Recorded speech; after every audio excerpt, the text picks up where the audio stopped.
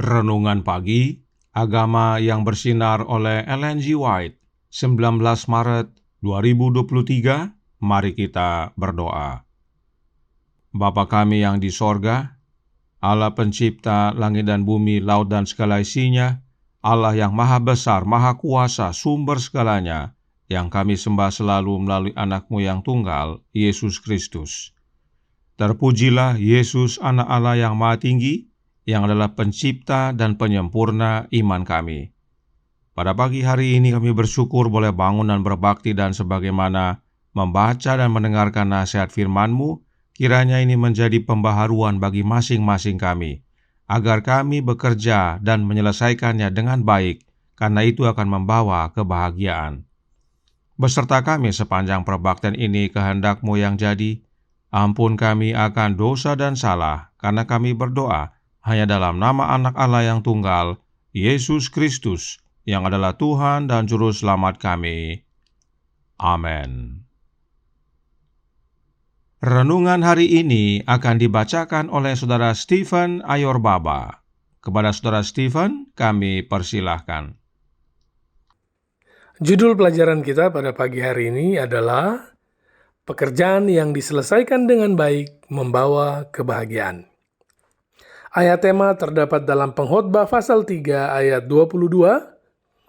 Aku melihat bahwa tidak ada yang lebih baik bagi manusia daripada bergembira dalam pekerjaannya, sebab itu adalah bagiannya.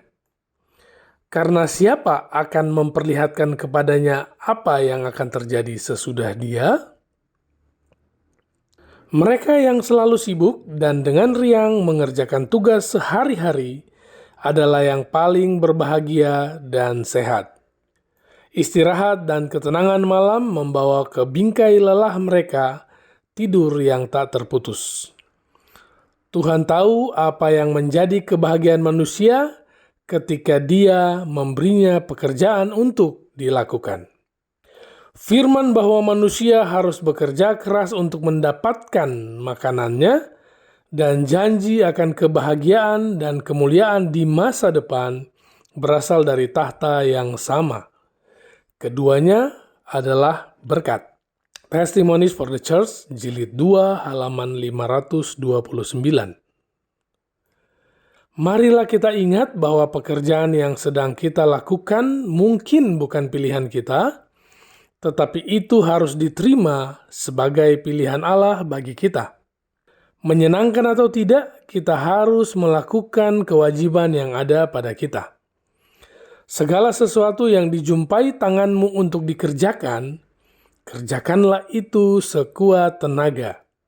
Hidup yang terbaik, halaman 458 dan halaman 459.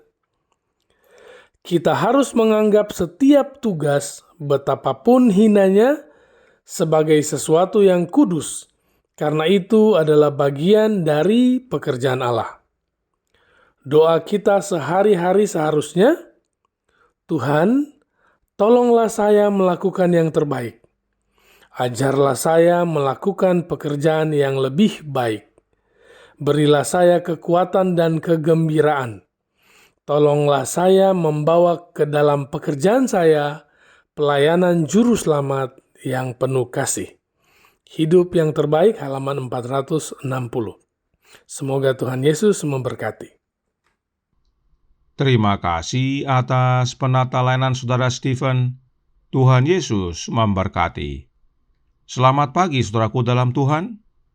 Perhatikan penjelasan roh nubuat berikut ini yang terdapat dalam The Faith I Live By, halaman 169 paragraf 2, yang berkata, mati adalah hal yang khidmat, tetapi hidup jauh lebih khidmat.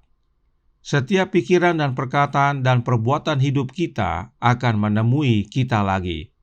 Apa yang kita buat dari diri kita sendiri dalam masa percobaan, itulah yang harus tinggal bagi kita sampai selama-lamanya. Kematian membawa kehancuran pada tubuh, tetapi tidak mengubah karakter. Kedatangan Kristus tidak mengubah karakter kita, itu hanya menetapkannya melampaui semua perubahan. Apakah hubungannya pernyataan ini dengan pekerjaan yang diselesaikan dengan baik agar membawa kebahagiaan?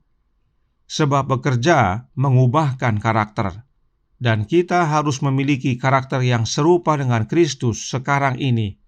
Sebab saat Yesus datang yang kedua kali nanti, tidak ada lagi perubahan karakter. Tentang bekerja dan karakter, Roh Nubuat berkata dalam The Review and Herald tanggal 17 April tahun 1905 paragraf 12. Biarlah mereka belajar dari pelajaran pekerjaan sehari-hari yang akan membantu mereka dalam pembentukan karakter mereka. Biarlah mereka mengingat bahwa untuk memiliki karakter yang sempurna, mereka harus membuat pekerjaan mereka sesempurna mungkin. Bekerja itu punya peranan penting dalam pembentukan karakter kita. Sebab demikianlah hidup Yesus. Signs of the Times tanggal 10 Juni tahun 1903 paragraf 10 menyatakan, dan dalam pekerjaannya sehari-hari, dia mengajarkan pelajaran tentang penyempurnaan karakter. Dalam setiap detil pekerjaan yang berhubungan dengan konstruksi bangunan, di setiap goresan yang dia buat, di setiap bagian yang dia siapkan dan gabungkan dengan potongan lainnya, dia menunjukkan perhatian dan ketelitian yang dengannya karakter harus dibangun. Inilah pekerjaan Yesus di bengkel tukang kayu Yusuf ayahnya. Potongan kayu dan potongan kayu lainnya harus dibuat dengan sempurna sehingga saat digabungkan menjadi sesuatu yang sempurna. Melalui pekerjaan tukang kayu tersebut, Yesus mengajarkan kepada kita pentingnya ketelitian dan perhatian dalam membangun karakter. Kita harus membangun karakter yang sempurna sekarang ini, sebab saat Yesus datang yang kedua kali, tidak ada lagi perubahan karakter. Apakah ada yang mencoba Yesus karena dia bekerja dengan sempurna? Oh ya, ada. Dalam artikel yang sama dikatakan dalam paragraf 11 yang berbunyi, para sahabat Yesus sering berkata kepadanya, "Mengapa engkau harus begitu teliti? Tidak perlu bekerja dengan cara itu. Engkau juga bisa bekerja dengan ketelitian yang lebih rendah dan menghemat waktu." Gantinya berdebat dengan mereka, Yesus menjawab kritik mereka dengan mulai melantunkan salah satu mazmur di mana Daud mengajarkan bahwa kesetiaan dan integritas harus menandai karakter. Dalam menghadapi setiap godaan, Yesus selalu menggunakan apa yang tertulis dalam Alkitab. Mereka yang menggoda dia untuk bekerja asal-asalan, Yesus tanggapi dengan mazmur. Salah satu contohnya adalah Mazmur 101 ayat 6. Mari kita baca. Mazmur 101 ayat 6 berkata, "Mataku tertuju kepada orang-orang yang setiawan di negeri, supaya mereka diam bersama-sama dengan aku. Orang yang hidup dengan cara yang tak bercela akan melayani aku." Orang yang setiawan atau orang yang memiliki kesetiaan kepada Allah hidup dengan tidak bercela, artinya karakternya sempurna, dan merekalah yang melayani Allah. Yesus adalah manusia yang setiawan. Dia hidup setia kepada Bapanya, dan hidupnya tidak bercela. Dan dalam bekerja, Yesus bekerja dengan sempurna, teliti, sebab itulah pembangunan karakter. Karenanya renungan hari ini berkata dalam Agama yang Bersinar halaman 88 paragraf 2. Marilah kita ingat bahwa pekerjaan yang sedang kita lakukan mungkin bukan pilihan kita, tetapi itu harus diterima sebagai pilihan Allah bagi kita. Menyenangkan atau tidak, kita harus melakukan kewajiban yang ada pada kita. Segala sesuatu yang dijumpai tanganmu untuk dikerjakan, kerjakanlah itu sekuat tenaga. Menyenangkan atau tidak, kita harus bekerja dengan teliti dan sempurna, karena itu membentuk karakter kita. Kemudian, dalam Agama yang Bersinar halaman 88 paragraf 3 dilanjutkan, kita harus menganggap setiap tugas, betapapun hinanya, sebagai sesuatu yang kudus, karena itu adalah bagian dari pekerjaan Allah. Doa kita sehari-hari seharusnya, "Tuhan, tolonglah saya melakukan yang terbaik, ajarlah saya melakukan pekerjaan yang lebih baik." Berilah saya kekuatan dan kegembiraan. Tolonglah saya membawa ke dalam pekerjaan saya pelayanan juru selamat yang penuh kasih. Perhatikan dikatakan, tolonglah saya membawa ke dalam pekerjaan saya pelayanan juru selamat yang penuh kasih. Artinya, dalam bekerja teliti dan sempurna, kita harus bekerja bersama Yesus.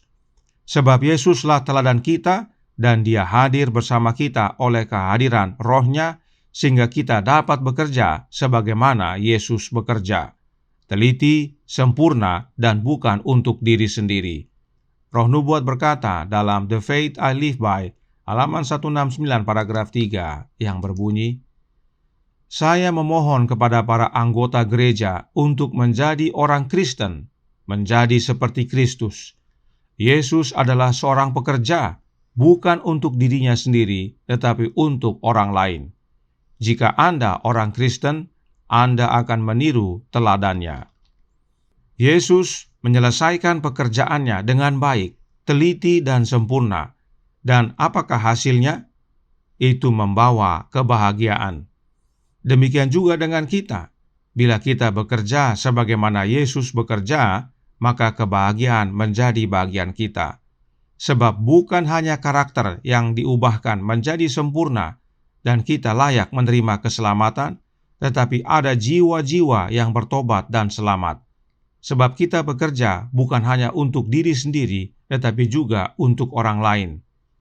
Dan saat kita berkumpul di sorga nanti bersama Yesus dan jiwa-jiwa yang selamat, sungguh suatu sukacita yang tak terkira menjadi bagian kita. Kiranya ini menjadi pembaharuan bagi kita semua. Tuhan memberkati, saya bawa dalam nama Yesus. Amin. Mari kita berdoa. Bapa kami yang di sorga, Allah pencipta langit dan bumi, laut dan segala isinya, Allah yang maha besar, maha kuasa, sumber segalanya, yang kami sembah selalu melalui anak-Mu yang tunggal, Yesus Kristus. Terima kasih atas nasihat yang baik sekali bagi kami pada pagi hari ini. Untuk kami bekerja dan menyelesaikannya dengan baik, sebab itu membawa kebahagiaan. Kami perlu belajar bekerja teliti dan sempurna, sebab itu adalah pembentukan karakter kami. Dan kami bekerja bersama Kristus oleh kehadiran Roh-Nya. Karena saat Yesus datang kedua kali nanti, tidak ada lagi perubahan karakter. Karakter kami harus diubahkan mulai saat ini, hingga pada saat Dia datang kedua kali sudah menjadi sempurna dan layak untuk menerima keselamatan. Karenanya, tolong kami ya Bapa, curahkan roh anak-Mu dalam hidup ini, agar melalui kehadiran Kristus dalam hati kami, bukan hanya kami bekerja sebagaimana Kristus bekerja, yaitu teliti, sempurna, dan bagi orang lain, tetapi karakter kami pun terbentuk menjadi serupa dengan karakternya, dan Engkau datang kedua kali ya Yesus, kami layak untuk menerima keselamatan. Beserta kami sepanjang hari ini kehendak-Mu yang jadi, ampun kami akan dosa dan salah, karena kami berdoa hanya dalam nama Anak Allah yang tunggal, Yesus Kristus, yang adalah Tuhan dan Juru Selamat kami. Amin.